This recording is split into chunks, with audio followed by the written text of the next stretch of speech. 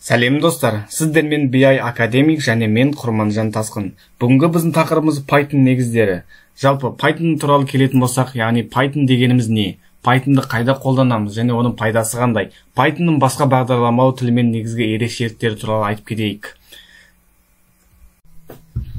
Python, яғни жоғарғы дәрежелі кодтың оқылуын және әзірлеушінің өнімділігін арттыруға мақсатталған жалпы мақсаттағы бағдарламалау тілі.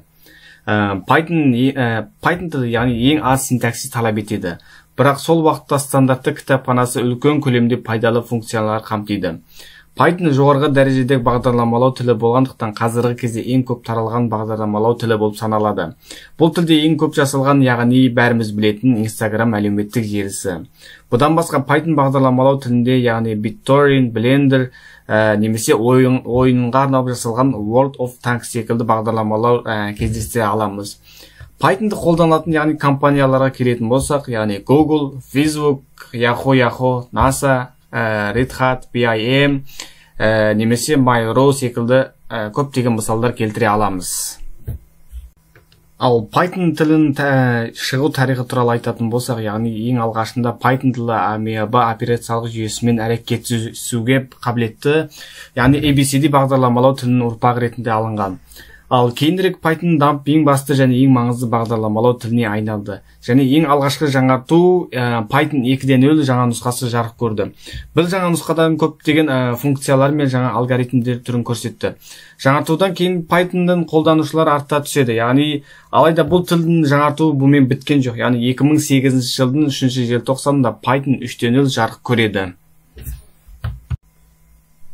Python басқа бағдарлама тілінен негізгі ерекшелігін айтар болсақ, яғни жоғарыда айтып өткендей, Python тілі ABC тіліне ұқсас болып келеді. Қазіргі таңда көптеген бағдарламалау тілдеріне бірнеше алгоритмді бір функцияны ішіне салу үшін жақша қойылады. Ал Python тілінде функциялардан кейін қос нүкте қойылады. Алгоритмдер келесі қатарында бірнеше бос орын қалдырып жазылады.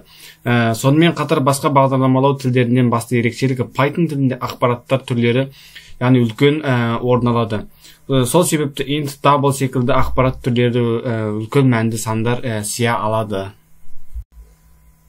Жалпы Python тілін бағдарламасын жазуға арналған программалар, яғни бағдарламаларға келетін болса, яғни PyCharm, Visual Studio Code, Eclipse деген тағы басқа көптеген бағдарламалар кездестіреміз. Яғни өзім көп қолданатын PyCharm мен, яғни Visual Studio Code, VS Code, яғни бұны алдыменен Python өзіне арналған бағдарламаны жүктеп аламыз. Яғни ең соңғы версиясы 3.10.4 екен. Яғни бұны жүктей аласыздар.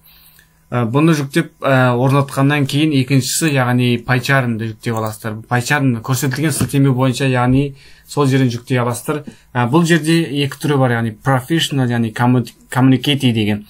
Professional деген ол арнайы жұмыс жасайтындарға арналған, ал екіншісі бұлар тегін үйренуге немесе студенттерге арналған, яғни екіншісін менде жұмыс жасауларыңызға болады. Яғни бұл менде орнатылған негізі. Ал Python'ның жүктелгеннен кейін оны жұмыс жасамауын тексеріп көру үшін, яғни Windows плюс R кнопкасы мен CMD командасы арқылы тексеруге болады. Яғни Python version, яғни 3.10.4 менде жүктелген бұл жерде, өздеріңіз көріп тұрғандай. Ал үшіншісі Visual Studio, яғни көрсетілген сілтеме бойынша сол жерден жүктей аласыздар. Бұл жерде сол сияқты, яғни Python'ның өзіне арналған бағдарламасын жүктей арқылы сол жерден жұмыс жасай аласыздар.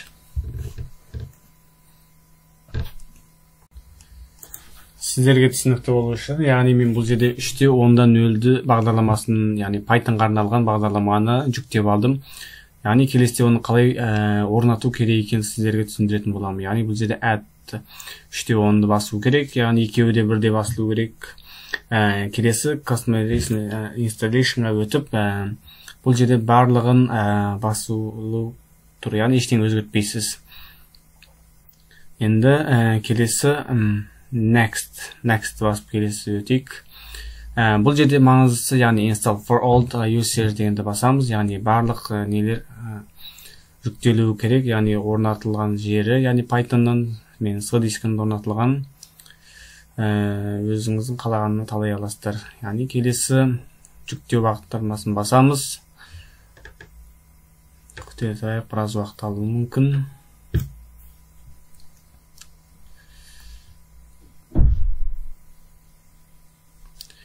Яғни бұл Python бағдарламасына арналған бағдарламасы, өзінің Python'ның жеке. Яғни Windows'қа арналған. Бұл жерде Windows'қа арналған, Unix'қа арналған, яғни басқа да арналған бағдарламасы бар. Бізге Windows керек, яғни жөнінде Windows қолданамыз. Болды, осымен аяқталды. Жалпы Python бағдарламасын жұмыс жасау үшін, яғни PyCharm бағдарламасын жүктеп алғаннан кейін, яғни оны қалай жұмыс жасау керекенін көрейік. Яғни File, New Project, First Lesson, яғни бірінші сабақ.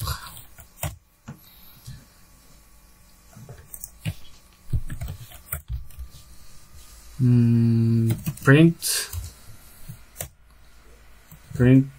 Hello World.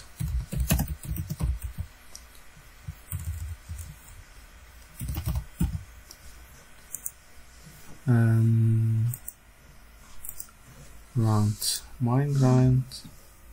Яғни өздеріңіз көріп тұрғанда, яғни hello world. Біздің Python жұмыс жасап, яғни бұл жерде print мағынасы, яғни жазылған сөзді қайталап шығару деген мағынаны білдіреді. Бүгінгі сабағымыз осыған дейін болсын. Келесі кездескенше сау саламатта болыңыздар.